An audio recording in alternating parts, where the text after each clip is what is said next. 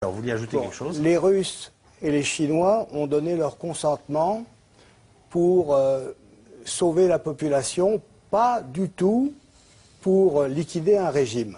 Dans cette affaire, ils ont été cocus. Ils n'ont pas du tout envie... En Libye? Absolument, en Libye. Ils n'ont pas du tout envie que ça recommence avec la Syrie, qui, pour en tout cas les Russes, est un allié.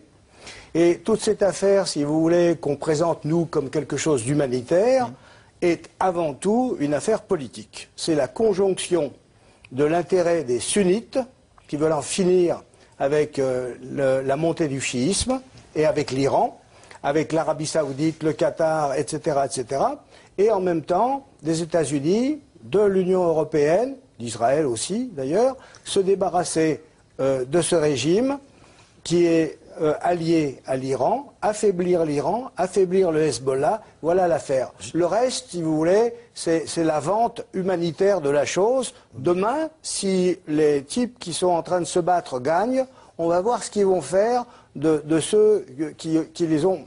Ça va être pareil, car nous ne sommes pas dans une nation. Je comprends très bien ce que vous me dites, sauf que ce qui est insupportable, et je vais vous dire, tant mieux aux yeux, dans tous les sens du terme de l'Occident, c'est des enfants qu'on égorge. Et donc, voilà, et donc il est normal à un moment qu'on se dise, est-ce qu'il faut qu'on intervienne pour sauver ces enfants? Il y a une réponse morale. Et vous me répondez quoi? Je réponds que quand il y a eu 40 000 morts au Sri Lanka, ça ne nous a pas beaucoup émus, et qu'il paraît qu'il y a 2 à 3 millions de morts au Congo, en République démocratique, et que ça ne nous fait rien du tout. Donc il y a des endroits qui nous intéressent plus que d'autres. Il ne faut pas faire le faux cul.